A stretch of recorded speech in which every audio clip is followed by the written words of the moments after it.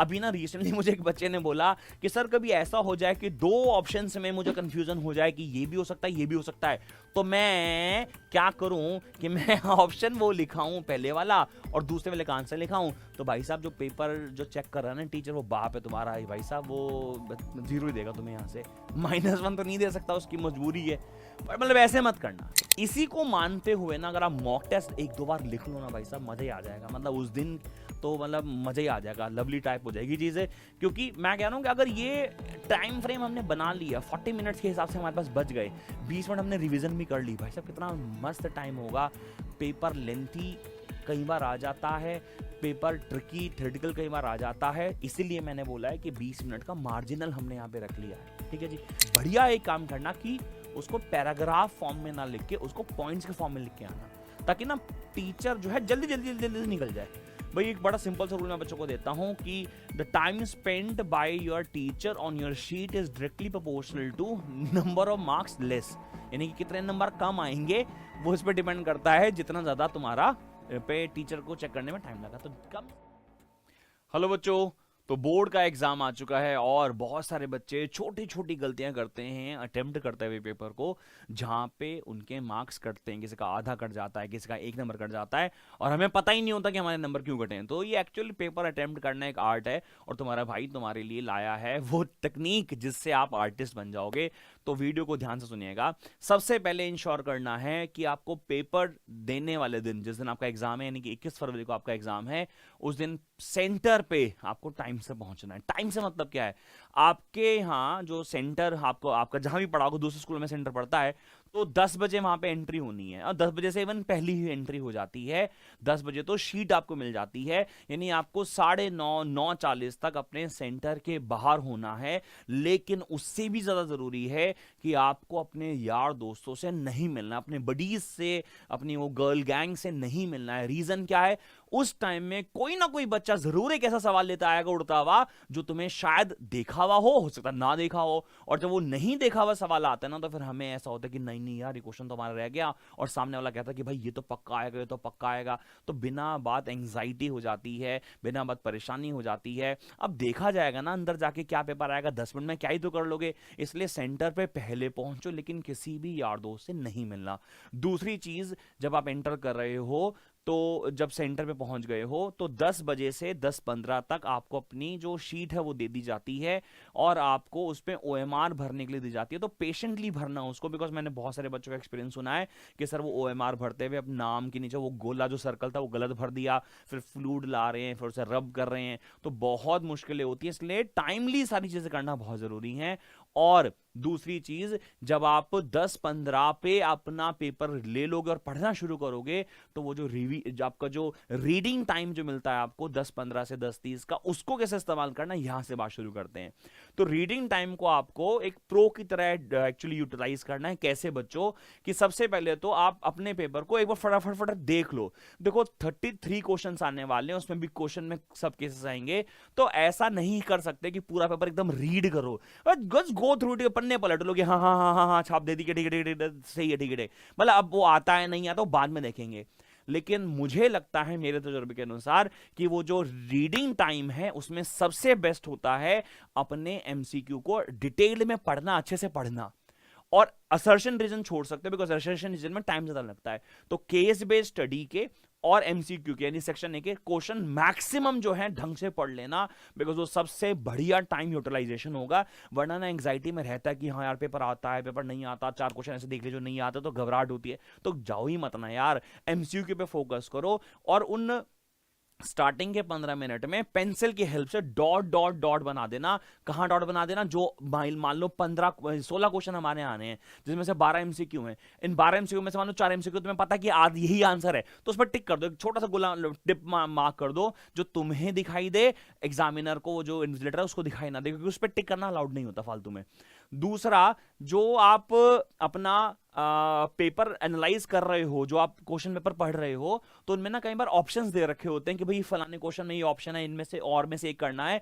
तो ये चीज पहले डिसाइड कर लो कि इनमें से कौन से करने वाले हो। भाई ये टाइम रीडिंग टाइम में बहुत बढ़िया होता है कि भाई डिसाइड कर लो कि ऊपर वाला करना है, नीचे वाला करना है। और वैसे कोशिश करना, अगर थ्योरी और न्यूमेरिकल पे ऑप्शन आया हुआ हो तो न्यूमेरिकल ही अटेम्प्ट करना, थ्योरी अटेम्प्ट मत करना। अगर दोनों आते हो, न्यूमेरिकल भी आता है, थ्योरी भी आता है, इमेजिन करो दो क्वेश्चन दे रखे हैं आपको और दे रखा है उसके बीच में, और थ्योरी भी दे रखा है, न्यूमेरिकल भी दे रखा है, तो क्या करोगे आप? न्यूमेरिकल अटेम्प्ट करोगे, थ्योरी अटेम्प्ट नहीं करोगे। क्यों सर ऐसा? क्योंकि थ्योरी में नंबर कटने के चांसेस ज्यादा होते हैं, न्यूमेरिकल में अगर आंसर आता है तो आता है, उसमें नंबर पूरे ही मिल जाते हैं। ठीक है जी।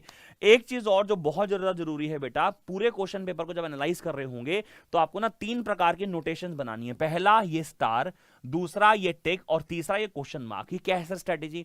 हर सेक्शन के वाइज स्टार लगा देना, वो क्वेश्चन जो तुम्हें आता है तुम पक्का पक्का कर लोगे। ठीक है। दूसरा, जो ओके ओके आता है उस पर टिक मार देना, और जो नहीं आता है, जिसके बारे में शायद हमें नहीं पता, उस पर क्वेश्चन मार्क लगा के आ जाना। अभी स्टार्टिंग में हम रीडिंग टाइम की बात करें, किसकी बात कर रहे हैं? रीडिंग टाइम की बात करें। अब हम लोग पेपर शुरू करते हैं, और ये चीज ध्यान रखना बेटा, हमारा जो टारगेटेड टाइम है वो 2 घंटे 40 मिनट होना चाहिए। यानी कि 10:30 बजे जब आपने पेपर लिखना शुरू किया तो आप अपनी घड़ी के अनुसार, घड़ी से बात याद आई कि आपको घड़ी पहन के जानी है, कि हाँ सर घड़ी पहन के जानी है, बिना घड़ी पहने मत जाना। वहां पे वॉच होती है नहीं होती है, वो टीचर जो होती है ना विजिलेटर, वो बोलती रहती है 1 hour left, 30 minutes left, 20 minutes left. अरे भाई मत बता, हमारा बीपी शूट हो जाएगा, है ना। तो अपना घड़ी पहन के जाना, डिजिटल क्लॉक, डिजिटल वाली वॉच मत पहन के जाना, वो जो इसमें सुइयां होती है ना एनालॉग, वो पहन के जाना।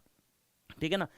दूसरी चीज जो हमें बहुत जरूरी है, 2 घंटे 40 मिनट में, क्यों मैं इस लोग को बोल रहा हूं कि 2 घंटे 40 मिनट में आपको पेपर खत्म करना है? क्योंकि 20 मिनट में रिवीजन के चाहिए। रिवीजन जो है बच्चों, आपकी पेपर की रिवीजन, यानी कि वो जो आप एनालाइज करते हो कि हाँ हाँ हाँ ये लिख लिया लिख लिया लिख लिया लिख लिया, वो ऐसे नहीं चेक करना। उसको कैसे रिवाइज करना मैं भी बताऊंगा, बट हाँ 20 मिनट मुझे रिवीजन के लिए चाहिए। और यहां से आपके 3 से 4 नंबर बढ़ने वाले हैं, क्योंकि आप सिली मिस्टेक पकड़ने वाले हो। कैसे पकड़ोगे मैं बताऊंगा बाद में, लेकिन हाँ फिलहाल सेक्शन वाइज प्रायोरिटी की बात कर लेते हैं कि सर सेक्शन वाइज कौन सा सेक्शन पहले करना चाहिए। तो मेरे हिसाब से सेक्शन ई सबसे पहले करना चाहिए। सेक्शन ई यूजुअली जो है थ्योरेटिकल क्वेश्चंस आते हैं, डेरिवेशन वाले क्वेश्चंस आते हैं, एसोसिएटेड विद न्यूमेरिकल, तो डायरेक्ट क्वेश्चंस मिलते हैं 5-5 नंबर के, 3 क्वेश्चन मिलते हैं, यानी कि 15 मार्क्स यहां से मिलेंगे। और मैक्सिमम इसमें 30 मिनट आपको लगाने हैं। 30 मिनट का मतलब हो गया आप 10-10 मिनट हर क्वेश्चन पे लगा रहे हो। तो आप देख लो बेटा, मॉक टेस्ट लिखकर देख लो, क्या आपको 5-5 नंबर के क्वेश्चन लिखने में 10 मिनट से ज्यादा लग रहा है? अगर ज्यादा लग रहा है तो उसे कम करो, बिकॉज 30 मिनट से ज्यादा वी कांट अफोर्ड। एटलीस्ट इस सेक्शन में तो we can't afford, because MCQ करते वक्त, 3 नंबर वाले क्वेश्चन करते वक्त जो 7 क्वेश्चन आएंगे भाई साहब, वो पनौती होते हैं वाले क्वेश्चन, उनमें हमें ज्यादा टाइम लग सकता है। इसलिए हम सेक्शन ई पे रिस्क नहीं ले सकते। इसलिए मैं कह रहा हूं कि यहां पे आपको 30 मिनट से ज्यादा इन्वेस्ट नहीं करने हैं। उसके बाद सेक्शन ई के बाद मैं कहता हूं सेक्शन ए कर लो, बिकॉज एमसीक्यू के ना कुछ क्वेश्चन ऑलरेडी आप सॉल्व कर चुके होंगे, लेकिन यहां पे असर्शन रीजन में आपको टाइम लगने वाला है। असर्शन रीजन आप पहले भी मत पढ़ना, रीडिंग टाइम में उसको रीड मत करना, क्योंकि वो अभी पढ़ोगे, पहले भी पढ़ने पड़ेंगे, अब दोबारा पढ़ोगे। इसलिए असर्शन रीजन एक साथ ही अभी खत्म करेंगे। और इसके लिए मैक्सिमम आप 28 से 30 मिनट ले सकते हो, बिकॉज एमसीक्यू जो है मैं 28 से 30 मिनट ज्यादा बता रहा हूं बेटा, ज्यादा से ज्यादा आप इसको 20 मिनट में खत्म कर दोगे, लेकिन मैं फिर भी मार्जिनल ले रहा हूं कि 28 से 30 मिनट में करोगे। यहां पे एक चीज ध्यान रखना, जब आप सेक्शन ए अटेम्प्ट कर रहे होंगे तो आप अपने ऑप्शन के साथ अपना जो पूरा आंसर है वो लिख देना। जैसे कि आप देखो लास्ट ईयर के जो टॉपर की जो शीट है उसने क्या किया हुआ है, यहाँ पे देखो सेक्शन ए लिखा हुआ है, इसका जो क्वेश्चन नंबर 1 है उसका ऑप्शन उसने बी लिख दिया और उसमें लिख दिया स्फेरिकल सरफेस। अच्छा ये बढ़िया लगा मुझे इसका कि इसने सारी जो रफ कैलकुलेशन है वो यहीं कर दी है। साइड में यहाँ पे लिख देना ये क्या है साहब, रफ वर्क है, और सारी कैलकुलेशन यहीं कर देना, लेकिन हाँ क्वेश्चन के साथ उसका जो ऑप्शन मार्क कर दिया उसके बाद उसका आंसर जरूर लिख देना। अभी ना रिसेंटली मुझे एक बच्चे ने बोला कि सर कभी ऐसा हो जाए कि 2 ऑप्शन में मुझे कंफ्यूजन हो जाए कि ये भी हो सकता है ये भी हो सकता है, तो मैं क्या करूं कि मैं ऑप्शन वो लिखाऊं पहले वाला और दूसरे वाले का आंसर लिखाऊं। तो भाई साहब जो पेपर जो चेक कर रहा है ना टीचर, वो बाप है तुम्हारा भाई साहब, वो 0 ही देगा तुम्हें, यहां से -1 तो नहीं दे सकता, उसकी मजबूरी है। मतलब ऐसे मत करना, ठीक है, ये तरीका नहीं है। मतलब हाँ कर भी सकते हैं, अगर नहीं आता है तो क्या कर लेंगे, है ना। तो हो सकता है कि कोई मतलब जादू ही हो जाए, मतलब मैं ऐसे एडवाइस नहीं करता, मतलब बाकी तुम समझदार हो बच्चों, आप लोग अपने आप देख लेना अपना अपना। तो भैया पहली बात कि हमने सेक्शन ए ई रिवाइज कर लिया कंप्लीट, फिर सेक्शन बी कर लिया, सेक्शन ए कर लिया। अब बात करते हैं सेक्शन बी की। सेक्शन बी जो हमारा होता है ना बेटा, वो 2 मार्कर क्वेश्चन है बेटा, वो छोटे छोटे क्वेश्चन है, तो मैं मान रहा हूं ये 20 मिनट में हो जाएंगे। अब ये चीज ध्यान रखना, अगर कभी ऐसा हो कि सेक्शन ए में या सेक्शन बी में कोई ऐसा क्वेश्चन है जो तुम्हें नहीं आता, तो उसका ना स्पेस छोड़ देना।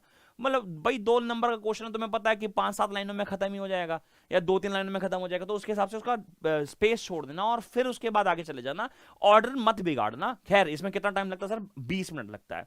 सेक्शन डी जो है केस बेस्ड स्टडी है, चूंकि ऑलरेडी आप इसे पहले पढ़ चुके होते हो और इसमें ऑप्शन ऑप्शन खेलना होता है भाई साहब, इसमें ऑप्शन ऑप्शन भी होते हैं, तो वो सारा टाइम मिला के मैं मान रहा हूं कि 15 मिनट में आप ये कर सकते हो। उसके बाद बात करें सेक्शन डी की, तो सेक्शन डी जो है 3 मार्कर है और मैं बोल रहा हूं इसको ये 45 मिनट में। अगर मैं ये सारे टाइम का सम करूं तो ये निकल कर आता है 140 मिनट, यानी कि हमारे 180 के हिसाब से 180 मिनट्स हमारे पास है, 3 घंटे का पेपर हमारे पास है, तो हमारे पास अभी 40 मिनट्स रिमेनिंग है। अब इन 40 मिनट्स में से 20 मिनट तो रिवीजन के पूरे पूरे काट दो, यानी 20 मिनट बचे। ये 20 मिनट मार्जिन कहां है? 20 मिनट का मार्जिन यहां पे भी हो सकता है बेटा, ये मार्जिन यहां ले सकते हो, 20 मिनट का मार्जिन आप इसमें ले सकते हो, बिकॉज हो सकता है कि आपका एमसीक्यू सॉल्व ना हो रहा हो मेरे ख्याल से, और कहीं पे मतलब हो सकता है 30 मिनट की जगह 35 मिनट हो जाए। ऐसे भी कोई मारा मारी नहीं कि 30 मिनट हो गए तो 31 सवाल में लिखूंगा ही नहीं, ऐसा नहीं है। मतलब मार्जिन 20 मिनट का अभी भी है। इसी को मानते हुए ना अगर आप मॉक टेस्ट 1-2 बार लिख लो ना भाई साहब, मजा ही आ जाएगा। मतलब उस दिन तो मतलब मजा ही आ जाएगा, लवली टाइप हो जाएगी चीजें। क्योंकि मैं कह रहा हूं कि अगर ये टाइम फ्रेम हमने बना लिया, 40 मिनट्स के हिसाब से हमारे पास बच गए, 20 मिनट हमने रिवीजन भी कर ली, भाई साहब कितना मस्त टाइम होगा। पेपर लेंथी कई बार आ जाता है, पेपर ट्रिकी थ्योरेटिकल कई बार आ जाता है, इसीलिए मैंने बोला है कि 20 मिनट का मार्जिनल हमने यहां पे रख लिया है। ठीक है जी, तो ये तो बात होगी हमारी कि पेपर में प्रायोरिटी वाली क्या है। दूसरी कुछ एक पॉइंट इंपॉर्टेंट है वो ध्यान रखना, जैसे कई टीचर्स बोलते हैं और मैं भी कई बार बोलता हूं कि जब भी आप थ्योरी का क्वेश्चन लिखते हो तो ना इंपॉर्टेंट कीवर्ड्स को अंडरलाइन कर देना। बिल्कुल सही है, अंडरलाइन कर देना, लेकिन अगर आप किसी भी टर्म के बारे में श्योर नहीं हो तो बिल्कुल अंडरलाइन मत करना, वो खतरे की घंटी है भाई साहब, अंडरलाइन मत कर देना उसको। अगर आपको लगता है कि आपका जो क्वेश्चन का जो थ्योरेटिकल पार्ट है वो थोड़ा वीक है, तो अंडरलाइन मत करना, बढ़िया एक काम करना कि उसको पैराग्राफ फॉर्म में ना लिख के उसको पॉइंट्स के फॉर्म में लिख के आना, ताकि ना टीचर जो है जल्दी जल्दी जल्दी जल्दी निकल जाए। भाई एक बड़ा सिंपल सा रूल मैं बच्चों को देता हूं कि the time spent by your teacher on your sheet is directly proportional to number of marks less, यानी कि कितने नंबर कम आएंगे वो इस पर डिपेंड करता है जितना ज्यादा तुम्हारा पे टीचर को चेक करने में टाइम लगा। तो कम से कम टाइम उसे टीचर को मिले और उतना ज्यादा आप लोगों को रिलैक्सेशन मिल जाएगी। ठीक है जी। डेरिवेशन की बात करें तो डेरिवेशन और थ्योरी क्वेश्चन में जरूर है आपको प्रॉपर डायग्राम बना के आने हैं, पेंसिल से बना के आने हैं, और रे डायग्राम स्केल से बनेगा। और रे डायग्राम में एक बहुत ज्यादा बच्चे गलती करते हैं कि वो ना लाइंस ड्रॉ नहीं कर, मतलब एरोज ड्रॉ नहीं करते। इसी से मुझे एक याद आया, कई ना चीजें ना बड़ी मिसलीडिंग हो जाती हैं इस टाइम पे और बच्चे ना कंफ्यूज हो जाते हैं कि सर क्या सही है और क्या गलत है। आप देखो ये जो क्वेश्चन आप देख रहे हो ना, ये 2024 की टॉपर की शीट है बेटा, और यहाँ पे एक क्वेश्चन दे रखा है जिसमें आपने फोकल लेंथ ऑफ टेलीस्कोप की बात करी हुई है और उसके मैग्नीफाइंग पावर की बात करी है, और एक उसने रे डायग्राम बनाने के लिए बोला है। ये जो रे डायग्राम देख रहे हो ना बेटा, आप ध्यान से देखो रे डायग्राम, ये डायग्राम, तो ये ऑब्जेक्टिव लेंस आपको दिख रहा है ना, ये ऑब्जेक्टिव लेंस है। यहाँ पे क्या है, ये आईपीएस लेंस है, और इसमें कहीं पे भी एरो नहीं बना रखे। ठीक है, और कितना छोटा सा गंदा सा डायग्राम बना रखा है, ये लगभग यहाँ पे मीट करने वाली है, इस पे मार्क्स काट सकते हैं। तो इससे आप ना मिसलीड मत हो कि मैं भी ऐसे बना दूंगा। तो डायग्राम ना प्रॉपर्ली पेंसिल से बनाने चाहिए। देखो बहुत ज्यादा ही मत घुस जाना।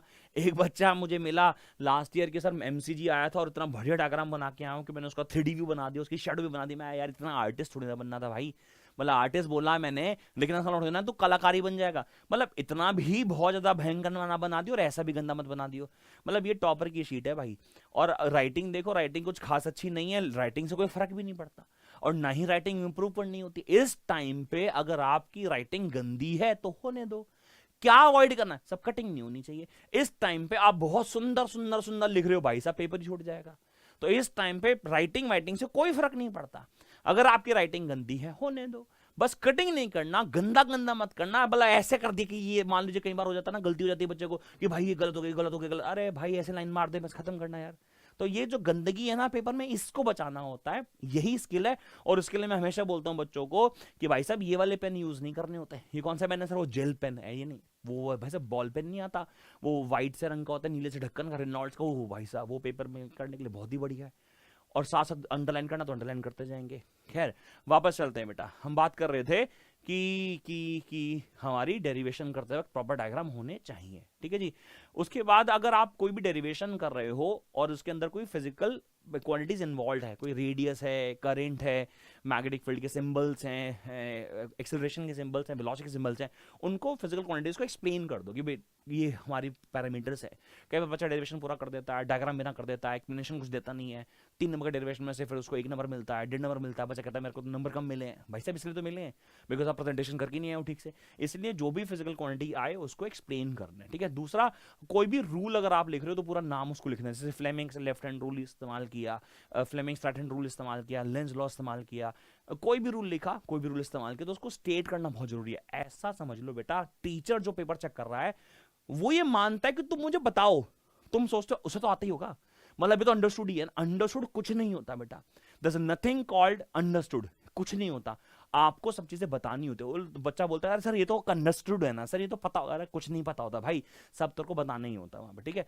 अच्छा, न्यूमेरिकल के लिए ना सबसे ज्यादा जरूरी है बेटा कि आपको गिवन फॉर्मूला यूज लिखना ही लिखना है, इन स्पेशली फॉर ऑप्टिक्स के न्यूमेरिकल, बिकॉज साइन कन्वेंशन ऐसा लिखना होता है। और मैं आपको बता दूं सारे न्यूमेरिकल्स में गिवन लिखने के, फॉर्मूला लिखने के मार्क्स होते हैं फाइनल। जब आंसर निकालते हो, आंसर नहीं हुआ तो आधा नंबर कटेगा। यानी अगर आपने फॉर्मूला लिख दिया, उसके अंदर वैल्यू पुट कर दी, और अगर आपका आंसर गलत हो गया, भाई कैलकुलेशन करते करते गलत भी हो जाता है, बड़ा प्रेशर उस टाइम में होता है, तो 3 नंबर के न्यूमेरिकल में हो सकता है आपको 2.5 मिले, तेरा आधा नंबर कटे बस, उसके अलावा कोई नंबर आपका नहीं कटेगा बेटा। उसके अलावा कैलकुलेशन जब भी करोगे बड़ा पेशेंसली करना और बड़े प्यार से करना, क्योंकि हमें ना बार बार कैलकुलेशन नहीं करनी है। मतलब ऐसा नहीं करना कि अभी कैलकुलेशन करी फिर दोबारा कैलकुलेशन कर लेंगे, फिर दोबारा कर लेंगे, फिर दोबारा कर लेंगे, तो पेशेंटली एक ही बार में कैलकुलेशन करेंगे। उसके अलावा ऐसा यूनिट लिखेंगे सारी, और ऐसा यूनिट को अंडरलाइन कर लेंगे। ऐसा यूनिट को अंडरलाइन करने का फायदा ये होता है, जब हम रिविजन कर रहे होते हैं ना, तो हम लोग जब चेक कर रहे होते हैं, हम देखते हैं करंट निकाला हुआ है, 15 वोल्ट लिखा हुआ है, 15 वोल्ट तो अंडरलाइन कराओ तो तेरे को हिट कर जाएगा। यार वोल्ट थोड़ी ना होती है इसकी यूनिट तो एम्पियर होती है। तो इस रिवीजन में बहुत हेल्प करता है जब आप बोलते हो क्या आप यूनिट्स को अंडरलाइन कर लो। उसके अलावा 4th पॉइंट है यहाँ पे, try not to mix section, यानी कि ट्राई करो कि आपका section A, section B, section C जो भी है वो एक साथ ही पूरे सेक्शन कर रहे हो। ए के साथ बी को, बी के साथ सी को, ऐसे मिक्स मत करो। हाँ ये कर सकते हो कि हर सेक्शन में आप अपना जो बेस्ट क्वेश्चन है वो पहले कर सकते हो। बेस्ट यानी कौन सा बेटा, बेस्ट यानी कि वो स्टार वाले क्वेश्चन पहले कर सकते हो। पहले सारे स्टार वाले कर दिए, फिर सारे क्वेश्चन मार्क टिक वाले कर दिए, और अंत में ये करेंगे बेटा, अंत में ये करेंगे बाद में हर सेक्शन में। जैसे सेक्शन ए लिख दिया, आप देखो मैं आप लोगों को पेपर दिखाता हूं, टॉपर से करते हैं बेटा, मैं आपको पेपर दिखाता हूं, रुको जरा। टॉपर ये करते हैं, ये हर सेक्शन करने से पहले, खुल जा सिमसिम,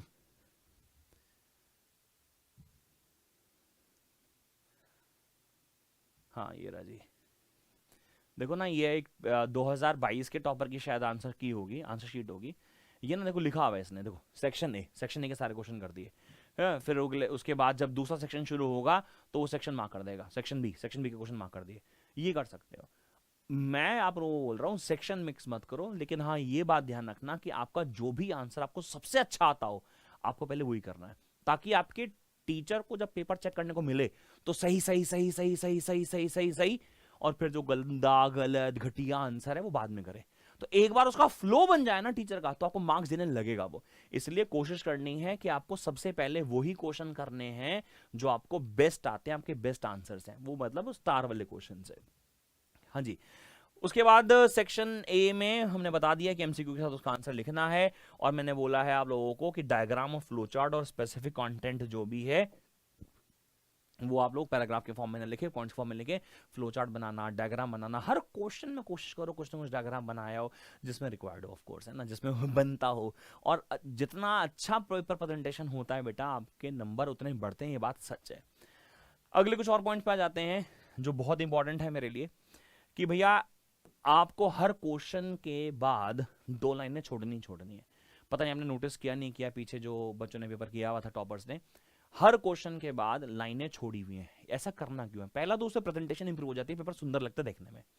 दूसरा, रिवीजन के टाइम में, बिकॉज 20 मिनट का टाइम मुझे मिला हुआ है, रिवीजन के टाइम में तुम्हें लगता है कि यार अगर कोई पॉइंट ऐसा है जो रह गया तो कहां लिखेगा, तो वो जो स्पेस है वो तू यूटिलाइज कर सकता है। भाई वो की पॉइंट कुछ ऐसा लगता है ना हिट करता कि यार ये पॉइंट तो लिखना चाहिए था, ये रह गया, तो वो फिर लिखेगा कहाँ। इसलिए हर क्वेश्चन को करते हुए, स्पेशली 3 क्वेश्चंस में, 2 मार्क के क्वेश्चन में, 3 मार्क के क्वेश्चन में, 5 मार्क के क्वेश्चन में, जरूर आप 2 लाइन न छोड़ो। प्रिपेयर प्रेजेंटेशन भी अच्छी रहेगी, और रिवीजन के टाइम में कुछ ऐड ऑन करना होगा तो ऐड ऑन भी कर सकते हैं। उसके अलावा अपना जो रफ वर्क है ना, बड़ा स्मार्टली करो। ये रफ वर्क स्मार्टली का मतलब क्या है? देखो, ये जो क्वेश्चन की मैं आंसर शीट लाया था आप लोगों के लिए, ये बच्चे ने रफ वर्क किया हुआ है। इसमें ना कहीं नहीं लिखा हुआ कि कौन से क्वेश्चन का सोल्यूशन है, ये इन्होंने लिखा नहीं है। उसका कारण भी है, रफ वर्क है, क्या ही लिखना। लेकिन मान लीजिए फॉर एग्जांपल ये वाला क्वेश्चन है, यहां से लेके यहां तक है फॉर एग्जांपल, कहीं ये क्वेश्चन है, मान लीजिए करते करते बीच में कहीं गलत हो गया, हाँ मान लीजिए सॉल्व करते करते गलत हो गया, एक्चुअली थर्ड का क्वेश्चन है, एक्चुअली ये थर्ड क्वेश्चन अगर आप देखोगे तो 0.24 या 0.24 नैनो टेस्ला आ रहा है। तो जब आप सॉल्व कर रहे हैं ना, तो 3 नंबर यहाँ पे डाल देना यार, थर्ड का क्वेश्चन, ताकि अगर कभी गलत हो जाए, आंसर मैच ना कर रहा हो, तो बाद में जब वापस आओगे तो 3 नंबर ढूंढना पड़े इस कचरे के अंदर कि भाई कहाँ है 3 नंबर, कहाँ है 3 नंबर। तो 3 नंबर को 3 नंबर डाल देना, सर्कल बना देना, थोड़ा सा मार्क कर देना, पता रहेगा।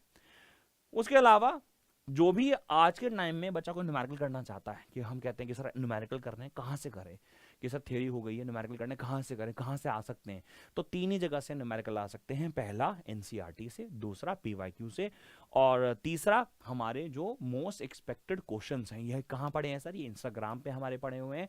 इंस्टाग्राम पे मैंने एक पीडीएफ है, आप गूगल ड्राइव का लिंक डाल दिया, आप डाउनलोड करो फ्री ऑफ कॉस्ट, उसके सोल्यूशंस भी हैं। जाओ उन क्वेश्चंस को पढ़ो, उनके आंसर्स देखो, नहीं समझ में आता उसको याद करो। इस टाइम में भाई साहब याद कर लो, न्यूमेरिकल तो नहीं बट कॉन्सेप्टली याद कर लो उसको, ठीक है जी। अगेन लास्ट में बोल रहा हूं कि भैया मॉक टेस्ट जरूर लगा लो। अभी अभी जितने भी दिन आपके पास अवेलेबल हो, जब भी आप ये वीडियो देख रहे हो, तो मॉक टेस्ट जरूर लगा लो। 20 तारीख को, 21 फरवरी को पेपर है, 20 तारीख को मॉक टेस्ट नहीं लगा सकते। तो अगर आप 17 को ये वीडियो देख रहे हो, 18 को देख रहे हो, 19 को देख रहे हो, उसी दिन 1 2 3 जितने भी मॉक टेस्ट है लगा लो। 20 को मॉक टेस्ट मत लगाना, या फिर लगाना हो तो अर्ली मॉर्निंग, मतलब 8 से लेके 11 की शिफ्ट में एक पेपर लगा लेना टाइमर के साथ। टाइमर के साथ मतलब वही जो मैंने बताया आपको कि सेक्शन ए कितने में करना है, सेक्शन ई बी कितने में करना है, सेक्शन सी कितने में करना है, टाइमर के साथ लगा लेना, ठीक है जी। आगे चलते हैं, यहां लिखा है, अच्छा हाँ एक चीज और मैं आप लोगों को बोल दूं, यहां पे क्वेश्चन चाहे कैसा भी हो, पहले वो वाले कर लिए जो सारे आते हैं, अच्छे से आते हैं, फिर वो जो एवरेज आते हैं, स्टार वाले, फिर क्वेश्चन मार्क वाले, और तीसरा था वो जो क्वेश्चन मार्क वाले, स्टार वाले, टिक वाले, फिर क्वेश्चन मार्क वाले, सॉरी। तो स्टार वाले सबसे पहले कर लिए, जो सबसे सुपर हमारे आंसर है। क्वेश्चन टिक वाले वो जो ठीक ठीक से आते हैं। अब आ रहे हैं क्वेश्चन मार्क वाली बात, जो क्वेश्चन नहीं आते। तो जो क्वेश्चन नहीं आते, क्या सर हमें वो छोड़ देने चाहिए? तो भाई साहब कतई भी नहीं। कोई भी सीबीएसई के एग्जाम में, सिर्फ फिजिक्स की बात नहीं कर रहा, केमिस्ट्री की बात नहीं कर रहा, बायो की बात नहीं कर रहा, कोई भी एग्जाम हो भाई साहब, जो आता है सब लिखा। जो आता है सब्जेक्ट से रिलेटेड, राम राम राम राम राम ये नहीं लिख के आना, जो भी आता है उस टॉपिक से रिलेटेड वो सब लिखा। टीचर को डिसाइड करने दे कि भाई हमें दया दृष्टि के अनुसार नंबर दे सकते हो कि नहीं दे सकते। पेपर में कोई भी सवाल छोड़कर नहीं आना होता। जो क्वेश्चन सही आते हैं प्रिसाइज रहो, पॉइंट्स में आंसर लिखो, अंडरलाइन करो, सब बातें सही हैं। लेकिन अगर क्वेश्चन नहीं आता तो सब कुछ लिख के आओ। दो भाई साहब, छाटने दो टीचर को, भाई तेरे को जो ठीक लगता नंबर दे दे। कहीं ना कहीं जाते जाते वो 3 नंबर के क्वेश्चन में 1 तो दे जाएगा, आधा तो दे जाएगा, तेरा आधा का तो बढ़ोतरी हो ही गई ना। तो क्वेश्चन कोई भी छोड़ के आपको नहीं आना है, ठीक है जी। 20 फरवरी को रात को नहीं पढ़ना है। रात को मतलब कि पता चला कि तुम 4 बजे तक पढ़ रहे हो। देखो फिजिक्स का पेपर ना कॉन्सेप्चुअल बनता है, कॉम्पिटेंसी बेस्ड बनता है, मतलब आपको ना दिमाग चाहिए, प्रेजेंस ऑफ माइंड वहां पे चाहिए। तो जो भी कुछ आपने पढ़ रखा है तो कोशिश करना है कामली उसको सॉल्व करना है। इसलिए 20 तारीख को रात तक अगर पूरा पढ़ते रहोगे तो भाई सुबह 21 तारीख तो हो सकता है दिमाग चलना ही बंद हो जाए। मैंने बहुत सारे बच्चों को देखा है कि नलकों के नीचे सर रख रखा है कि सर हैंगओवर हो रहा है, सर पढ़ा नहीं जा रहा है। तो भाई साहब ऐसा होता है, इसलिए कोशिश करो कि अपना जो 19 तारीख है उससे ज्यादा बना लो, 18 तारीख है उससे ज्यादा बना लो, कि 18 को भी रात को ढंग से सो गए, सुबह जल्दी उठ गए। उससे आपकी जो सर्केडियन रिदम है, वो आपकी जो बॉडी क्लॉक है वो एडजस्ट हो जाएगी, और आपको 21 तारीख वाले एक दिन आपका फ्रेश माइंड होगा, तो आप क्वेश्चन अच्छे से सॉल्व कर पाओगे। अपने साथ पानी की बोतल लेके जानी है, स्टेशनरी लेके जानी है, किसी से पेन पेंसिल शार्पनर कुछ नहीं मांगना। जो तुम्हारा सेंटर का जो टीचर है ना भाई, वो तुम्हारी मौसी नहीं है, मौसी का लड़का नहीं है, बुआ नहीं है भाई साहब। वो भाई साहब बड़े अजीब लोग होते हैं। वो भाई साहब इतना इतना घूर लेते हैं ना, कई बार मैंने तो देखा, कई बार हमारे जो इन्विजिलेटर्स होते हैं, वो टीचर्स ही होते हैं ऑफ कोर्स, भाई साहब इतना सीरियसली घूर लेते हैं, आदमी सोचता है कि मैं मर जाऊंगा। इतना टॉर्चर सा कर देते हैं, इसीलिए क्योंकि उनको डिसिप्लिन मेंटेन रखना ऑफ कोर्स वो तो उनकी ड्यूटी है। इसीलिए किसी से बातचीत नहीं करनी है, कोई यार दोस्त नहीं है, कोई सखा सखी नहीं है, आपको अपनी स्टेशन लेके जाना है और सब। हाँ ये ना ये वॉशरूम है बेटा, ये वॉशरूम के चक्कर नहीं मारने, दूसरे के स्कूल में जाके वॉशरूम देख के आओगे क्या? अबे यार खुद फ्रेश होके जाओ। जब सेंटर में गए हो, क्लासरूम में एंटर करने से पहले वॉशरूम हो जाओ, पता चलेगी मैम मैं गो टू टॉयलेट। अरे पेपर है, 3 घंटे का पेपर है, 180 मिनट है, उसमें तो 3 मिनट मूतने में लगा, मतलब सॉरी मतलब ये तो क्या कर रहा है यार, मतलब इतना थोड़ी ना चाहिए तेरे को यार। तेरे को टाइम वेस्ट बिल्कुल नहीं करना, तेरा एक एक मिनट बहुत कीमती है बेटा, ठीक है ना। लास्टली आपको अपने पेपर करने के बाद उसका पेपर का डिस्कशन नहीं करना। मैं देखता हूँ हमेशा जिस दिन पेपर होता है उसी के रात को आ जाता है पेपर डिस्कशन, लाइव क्लास आ जाती है। अरे भाई क्या करोगे पेपर डिस्कशन करके? पेपर हो गया, खत्म हो गया, गंगा नहाली छोड़ दो, अब पेपर डिस्कस करने का कोई फायदा नहीं है। हाँ जिस दिन पेपर सारे खत्म हो जाए, जैसे 8 मार्च को मेरे ख्याल से मैथ्स का पेपर खत्म हो जाएगा, उस दिन जाके एक बार चले जाना किसी के यूट्यूब के चैनल पे, मेरे पे देख लेना, मैं भी पेपर का एनालिसिस निकाल दूंगा। लेकिन मैं सेम डे तो बिल्कुल नहीं निकालता, बहुत से टीचर निकालेंगे, उनका देख लेना, सारे अच्छे टीचर्स हैं। जरूरत क्या है, मतलब आपको पेपर डिस्कस करना ही नहीं है, क्योंकि फिजिक्स के पेपर के बाद केमिस्ट्री का पेपर डेफिनेटली इफेक्ट होगा। अगर आपका कोई क्वेश्चन गलत हुआ होगा आप गम बनाने बैठ जाओगे, इसलिए पेपर डिस्कस नहीं करना है। और इसके अलावा अगर आपको कोई भी मुझसे हेल्प चाहिए हो, कोई टॉपिक पढ़ना हो, कोई ऐसा इंडिविजुअल डाउट पूछना हो, कोई प्रिपरेशन रिलेटेड डाउट हो, तो आप कमेंट सेक्शन में ज़रूर बताइएगा। और हमारी जो माइंड मैप है और जो पेपर लीक सीरीज़ है और उसके अलावा भी जो मोस्ट एक्सपेक्टेड क्वेश्चन हैं उनसे आपको ज़रूर हेल्प मिलेगी। और अच्छे से प्रिपरेशन कीजिएगा और अच्छे से पेपर दीजिएगा। ऑल द बेस्ट बेटा।